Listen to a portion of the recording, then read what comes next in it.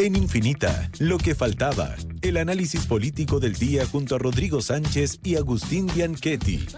Ya estamos, efectivamente. Rodrigo Sánchez, ¿cómo estás? Muy buenas tardes. Muy feliz de estar aquí acompañándolos, no solamente por lo mucho que los quiero, sino que porque el calor está insoportable. Hoy en día, hoy el refrigerador que es Radio Infinita se agradece, pero no, ahora vamos a estar todos con amigdalitis mañana, pero no da lo mismo. Pero quiero disfrutar estos instantes, estos pocos minutos de frío intenso. O sea, yo tengo las manos frías.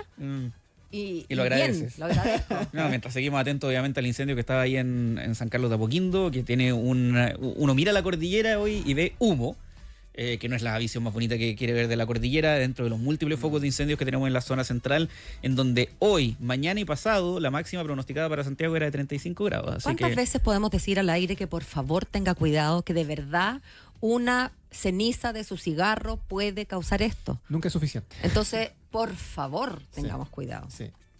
Agustín Bianchetti, ¿cómo estás? Hola, Agustín. Ten cuidado, Buenas tardes. Ten cuidado. Ubícate. Me sumo a los llamados de la PAO y también a lo que dice Rodrigo Sánchez. Si es que está manejando ahora, por favor prenda el aire acondicionado porque hace mucho calor afuera, por lo menos en la región metropolitana. Yo me vine en un taxi que no tenía aire acondicionado. No. No, y sufrí. ¿Mitad de precio? Sufrí.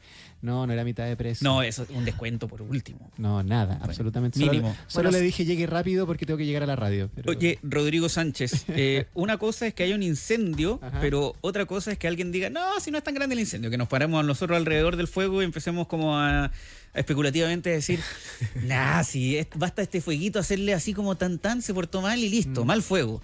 Que es más o menos lo que pasó durante esta jornada con la embajadora de Chile en Nueva Zelanda. Fíjate que hablábamos recién con Samuel Fernández, que fue profesor bueno, él ha sido profesor, según su confesión, durante miles de años, una exageración, pero contaba que la embajadora Pacarati, ¿lo dije bien? Manaji Pacarate. Bueno, ella es embajadora de carrera, o sea, sí, ella estudió en la Academia Diplomática y es como la lección número 1 de la escuela diplomática, que usted habla solo cuando se le dice y habla, digamos, por voz del presidente. Sí.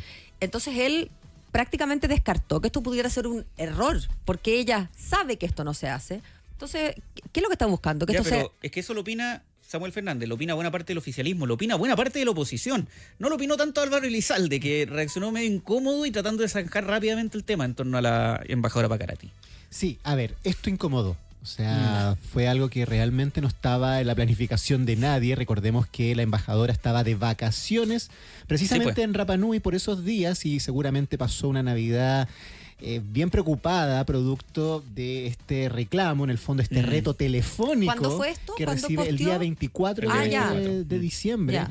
Recibe este llamado telefónico por parte de la Cancillería, donde le dicen, oiga, por favor, baje esa publicación. Se pegó en la cabeza, claro, le dio insolación. Ahora, hay varios temas que son interesantes de analizar en este sentido, porque la embajadora, ya en entrevistas anteriores, no solo la que publica el día de hoy el Mercurio, que fue una radio en Nueva Zelanda, sino que también en una entrevista al Mostrador, de hecho el primer año de gobierno, ella ya de alguna forma desarrollaba esta idea de la autodeterminación y el autogobierno. Voy a irme a algo muy técnico. Perdón, cuando vertió esos dichos, ¿era todavía jefa de protocolo? De protocolo. No era embajadora todavía. Exactamente, Ya. pero de todas maneras es delicado. Ahora es mucho más delicado, por supuesto, estamos claros. Ya, dicho eso, aquí hay una sutileza técnica que en nada justifica el error. Ya quiero dejarlo claro. Sí. Pero hay una sutileza técnica que es lo que se dice al menos desde el ámbito más cancillerístico, podríamos decir. No me digas que van a decir que el cartel no lo escribió ella. No. Y de hecho, ella de hecho hace la traducción, así que el detalle es que el autogobierno y la autodeterminación, considerando además lo delicado que es el asunto en Isla de Pascua, en Rapa Nui, donde, ojo, quiero puntualizar también, el presidente de la República no ha ido en estos 4 años, ¿ya? No ha ido por temas de agenda, pero evidentemente también hay una situación política que es delicada con el pueblo Rapa Nui, ¿ya? Y este debate está abierto hace mucho tiempo, muchas décadas, podríamos decir, en relación a las injusticias que en su minuto se produjeron a raíz de este tratado firmado en el 1800. Y que son feroces, 1888. sobre eso no hay ninguna duda. Exactamente. Los horrores que se han vivido en esa isla son tremendos. Claro, donde en el fondo los jefes Rapa Nui en esa época le entregaron la confianza al Estado de Chile para hacer un tratado de amistad. Usted me cuida y este territorio forma parte de Chile de ahora en adelante. Y bueno, sabemos muy bien lo que pasó después, y eso ha generado un debate que hoy en día tiene ribetes políticos, académicos, diplomáticos incluso, etcétera. Y la propia embajadora en varias oportunidades ha planteado la necesidad, ¿ya?, de que este autogobierno, esta autodeterminación se base más bien en la necesidad de que el pueblo Rapa Nui ponga sus prioridades. No quiere decir anexarse de Chile, quiere decir tener otro presidente de la República, pero sí, pero yo no sé si es el rol, a eso. pero yo no sé si partiendo de la base que el rol de ella sea estar yo comentando. Estamos todos de acuerdo en eso. Sí. Y con esto finalizo. Y esta es la gran sutileza. Autodeterminación y autogobierno no es independencia. ¿Ya? Eso como concepto claro. Si ella hubiese dicho independencia o una cosa más parecida a otros países, por ejemplo en Europa, donde efectivamente este tema también está muy latente. Claro, Rapa Nui igual Puerto Rico, no sé. No hubiese existido ningún mínimo espacio para que ella continuara en su cargo. Sí, yo me temo que, entiendo que esto es opinable, yo considero que no hay espacio para que continúe en su cargo, entendiendo la sutileza que tú haces, que efectivamente ya no hace un llamado a la independencia. Pero a mí me cuesta entender, y lo digo con pena porque obviamente cuando uno lo personaliza en alguien que tiene un trabajo, que yo no le estoy deseando la cesantía, digamos, a ella ni a nadie, pero me parece completamente incomprensible que un funcionario que además es de la confianza del presidente, diplomática de carrera, se pueda mandar un numerito como este y que el tema sea una reprimenda, que es lo que yo hago con mi hijo cuando no hace la cama en la mañana. Un último paréntesis. De todas maneras, este gobierno en particular, bueno, hay que hacer un análisis más exhaustivo de cómo actuó la diplomacia en gobiernos anteriores en casos particulares, pero el gobierno del presidente Boric ha tenido embajadores bien connotados por errores. Javier Velasco en su minuto por alguna publicación, el embajador de nuestro país en España. Algunas publicaciones en redes sociales, sí. La ex embajadora de Reino Unido, por supuesto. You Touch My Heart. You Touch My Heart, como olvidar. Ella sí salió de su cargo, obviamente, pero porque estábamos también en el marco del caso Fundaciones y otros era nexos con ahí. lucro la cuestión. Ya, pero yo creo que el error más grave, bueno, Sebastián de Polo, en la previa, de hecho, la instalación del gobierno, cuando ya estaba más o menos hecho o tomada la decisión más bien de que él llegara a la embajada en Brasil, ¿no es cierto? Ya. Pero este error es mucho más grande desde el punto de vista diplomático. Lo es. Claro, porque ya no tiene que ver con los modales, con que si las patitas arriba del auto, si la langosta te gusta mucho. Esto tiene que ver con principios de Estado, digamos. No es de forma, es de fondo. Totalmente. Tiene que ver con la composición del Estado de Chile. Y como es de fondo, por eso es que es irrelevante si bajó la publicación o no. Sí, pues. Porque la llaman a bajar la publicación, pero finalmente es lo que ella piensa. Da lo mismo si está la publicación arriba o está abajo. Ahora, afortunadamente, lo que ella piense es derecho privativo de su cerebro. En la medida en que no salga de su cerebro, tú comprenderás que la libertad de conciencia, ella puede pensar exactamente lo que quiera. Para eso, la libertad dentro de la cabeza de cada cual. El tema es que una vez que eso sale de su cerebro y se plasma en un retweet o en una fotografía, se acabó nomás, po. No digo que como ciudadana, pero como diplomática, embajadora de Chile, no debería estar en el cargo. Esa es mi humilde opinión y me cuesta entender que, como digo, el gobierno pretenda que una reprimenda sea suficiente. Cuando, como tú dices, esto es mucho más que un tema de forma, es un tema de fondo y que tiene que ver con los principios fundantes de la carrera diplomática y el quehacer de un embajador. Ahora, pero bueno, no pasará, pienso yo, la decisión de por qué por la embajadora de Nueva Zelanda no salió del cargo anteayer. Antes de ayer, o sea, el día miércoles de la semana pasada cuando le llega la primera reprimenda.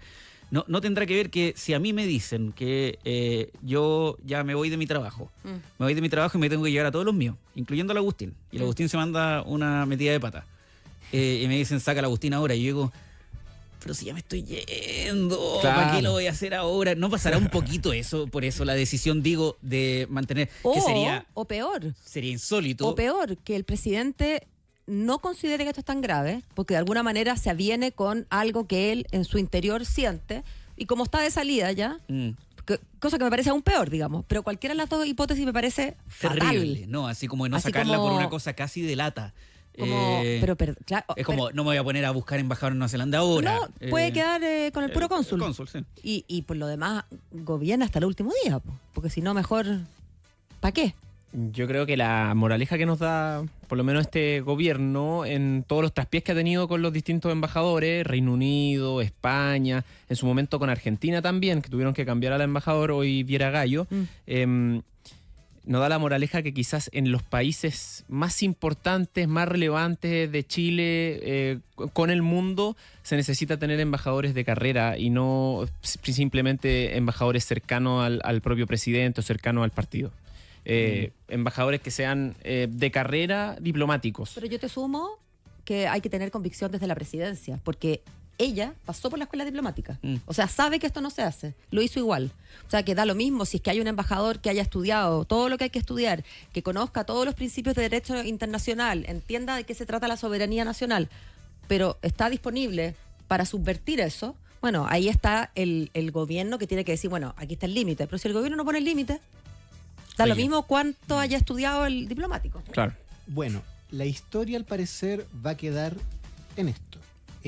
Porque lo que se afirmó hoy día desde el Ejecutivo es que con este llamado de atención, con este llamado telefónico y con las vocerías que han hecho, bueno, la Cancillería, más que una vocería estricta, difundió una versión. El ministro del Interior, Álvaro Elizalde, hoy día salió a repetirla, a precisarla, claro.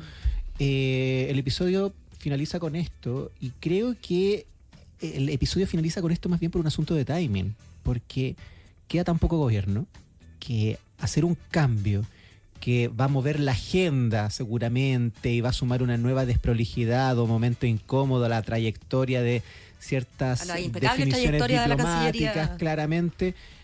¿Para qué? Viene el año nuevo, estamos en temporada de incendios, todo eso se está tomando la agenda con mucha mayor intensidad, entonces al final también creo de alguna forma tiene que ver más bien con un timing comunicacional. ¿Y va a será, pasar piola? Agustín, Rodrigo y Matías, ¿será esa la misma lógica que hay detrás de lo ocurrido en el Hospital Salvador? Recordémosle a nuestros auditores que el 23 por la mañana entró la señora Sangüesa, que venía con se había tenido un accidente doméstico, ¿verdad? Tuvo una fractura de cadera y llegó al Hospital Salvador. Hasta ahí todo normal. A poco andar ella fue dejada en reposo, digamos, con manejo del dolor y de los síntomas. Pero 3 horas después de eso, llegaron unos papeles a los que tuvo acceso la tercera, ¿no es cierto? Señalando que por autorización de la dirección del hospital, se envía a la paciente a la sala de pabellón sin entregar papeles administrativos y sin medicamentos. Y el resultado fue que 10 horas después de su ingreso al Hospital Salvador, quien ahora sabemos es madre de la ministra de la cartera, fue operada. Sabemos también, por papeles que difundió la tercera, que hubo un cambio en el orden de los pabellones, hubo un paciente que fue cambiado también por orden de la administración. Yo recuerdo cuando escuchamos esta noticia la semana pasada, mi opinión humildemente fue que uno entiende que cuando la mamá de uno la operan, uno quiere que la operen rapidísimo. Pero cuando uno es ministra o alta funcionaria de un gobierno, tiene 2 opciones. O se la lleva a la salud privada, con lo que eso implica, digamos, o sigue la salud pública, en cuyo caso lo único que tendría que haber hecho la ministra, me parece a mí, es llamar al hospital y exigir que no fueran a sonreírle 2 veces a la mamá. Claro, para que no fueran a pensar que todo lo contrario. O sea, no sé si todo lo contrario, porque sería una injusticia. Pero oiga, mi mamá, así como que no se salte nada, no le vayan a llevar ni una sonrisa extra. Pero no pasa eso, la operan y no hay ni una explicación. Yo pensé que a esta altura iba a haber una explicación, digamos, contundente. Que podría haberla, porque las rupturas de cadera podrán ser 2 rupturas iguales o 2 fracturas iguales, pero depende de la edad del paciente, de la condición preexistente, de otras enfermedades concomitantes, en fin, yo no soy médico. Pero esa explicación no llegó. Y lo que ha llegado es un comunicado del hospital que el ministro Elizalde hoy día en la vocería repitió, prácticamente leído, pero que a mí me parece que no satisface el mínimo rigor, o no.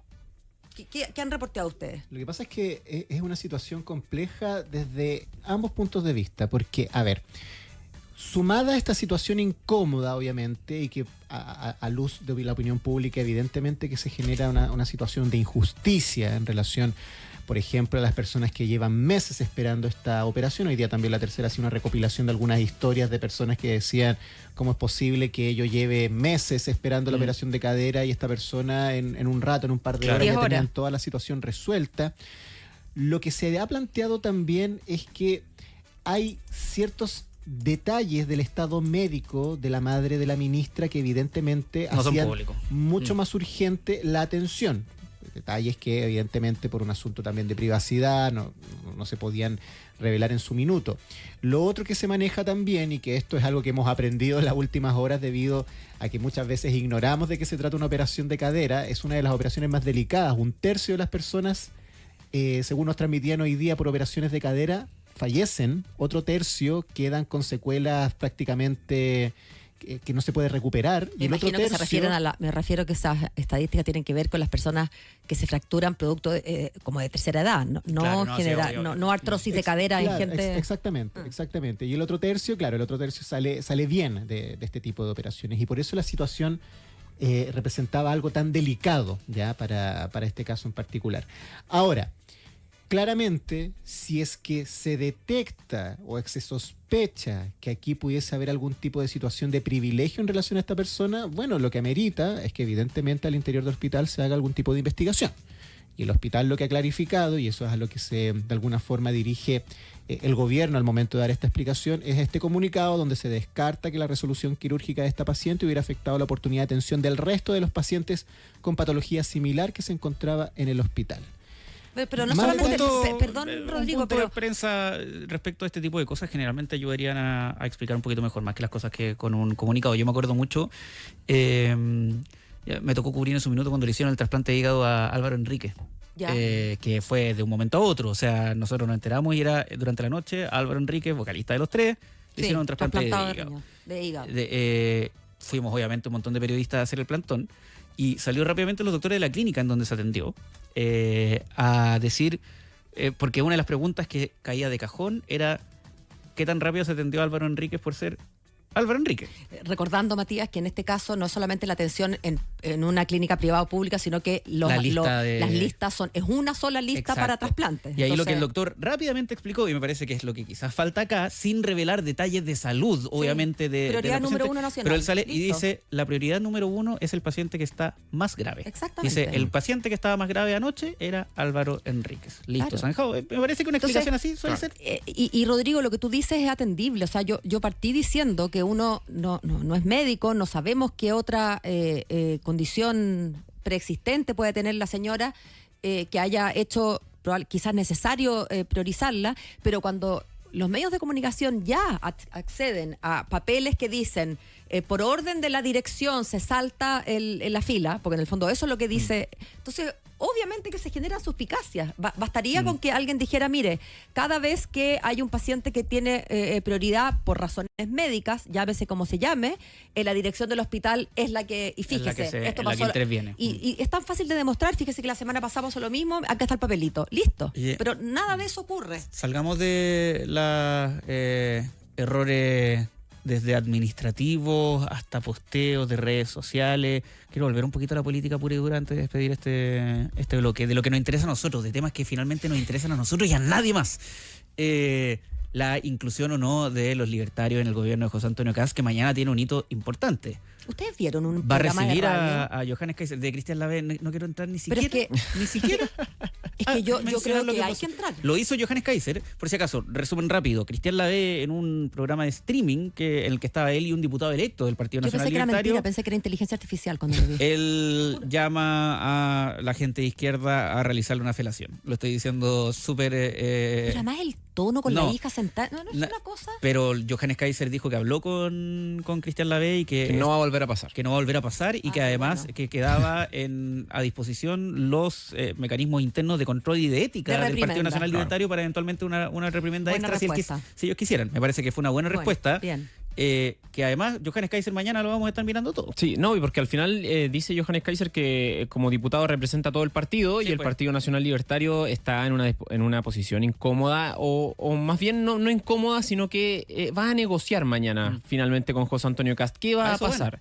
Van a negociar si es que integran o no al gobierno de José Antonio Kast. Ellos quieren el todo o nada, o sea, o integramos el gobierno con nuestras propuestas o finalmente nos vamos a poner en un margen. Y el todo o nada incluye, obviamente, si es que es todo, incluye a Johannes Kaiser como eventual ministro, ¿no? ¿Cuáles son las líneas rojas de el Partido Nacional Libertario, por ejemplo? fijar o evaluar la continuidad del programa de acompañamiento a la identidad de género y la educación sexual integral. Johannes Kaiser dice que son políticas que están profundamente ideologizadas y que hay que intentar neutralizarlas.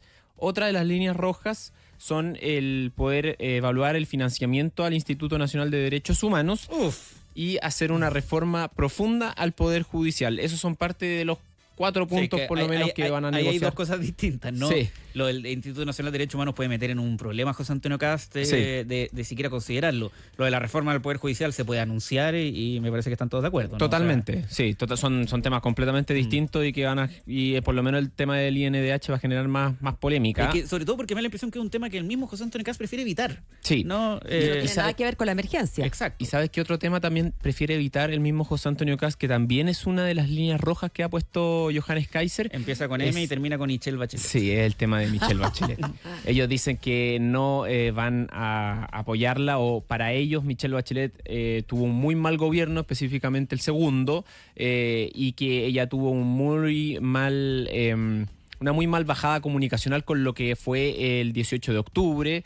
Ellos están en contra de la ideología de Michelle Bachelet y dicen que la postulación de Michelle Bachelet sería algo partidista de un sector ideológico y no de todos los chilenos. Por lo tanto, si es que de alguna forma el gobierno de José Antonio Cast la apoya en esta candidatura a la ONU, ellos van a poner ahí el grito en el cielo. Ahora, el argumento es bien falaz, porque yo no, salvo que ustedes tengan más imaginación que yo, que seguro la tienen, díganme un nombre que uno podría postular a la ONU y que no pudiera usarse el argumento de que esto no representa a todo el país. O sea, ¿qué persona, no sé, salvo la Virgen María quizás, no sé? Sí, es evidente Pues, que no representa a todo el país. O sea, Ahora, José Antonio Cast se entra en un problema en esa situación. El plus que le entrega a libertarios en el gobierno y no fuera del gobierno, en donde pueden terminar siendo unos opositores bien duros, ¿no? Lo que fue el Partido Republicano a Sebastián Piñera II. Exactamente. Donde pecas pagas, decía mi abuelo. Empezar a dar señales de que va a estar en contra de una postulación de Michelle Bachelet a la ONU, justo cuando sale CADEM que el 52% de los chilenos estaría a favor de que el gobierno de José Antonio Cast apoyara esta iniciativa. Y ustedes dirán, ya, pero 52 y el 48 no. No, el 38 nomás no. El 10% no le importa. Claro. Entonces, una gran mayoría, por lo menos según la encuesta KDM, estaba a favor de que José Antonio Cast y su gobierno respaldaran la candidatura de Michelle Bachelet. Ahora, también habría que ver cómo se pregunta, porque quizás si yo preguntara, ok, ¿usted con está de recursos acuerdo? públicos. Eso. Yo creo que ahí sí. Claro. La plata es otra cosa. Ahora, el tema de Johannes Kaiser también, por como lo ven desde el Partido Nacional Libertario, yo creo que puede ser un símil con lo que pasó con Janet Jara ahora. La candidatura de Janet Jara no logró despegarse de la continuidad de este gobierno, ¿cierto? Porque ella fue ministra del gobierno casi todo el periodo, Sí, claro. y estuvo también dando a conocer cómo avanzó la reforma de pensiones, las 40 horas, los distintos logros que ella tuvo como parte del gobierno, y por lo mismo ella no pudo despegarse como continuidad del mismo.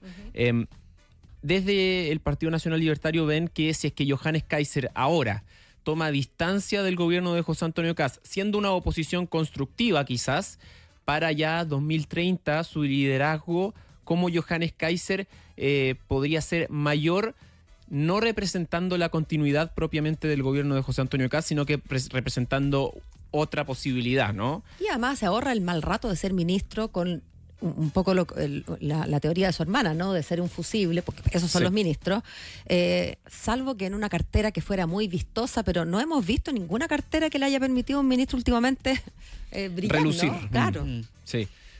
Y eso es lo que se piensa ahora, y mañana yo creo que va a ser un día bien clave en la moneda chica. Va a llegar Johannes Kaiser a poder negociar ahí con los asesores del propio presidente electo, que tienen ya un poquito definidos los próximos ministros para el próximo gabinete. Dicen que de los 25 ministerios ya hay 10 que están zancados. Estarían ya zancados. Y 10 puede ser más que 10 de 25, porque como algunos de esos 10 pueden ser triple o doble. Claro. Exacto. El problema que tienen es buscar mayor representación femenina. Ahí hay un problema. Yo estoy importante. trabajando feliz en la radio, así que por favor no me consideren. No me Gracias. llamen.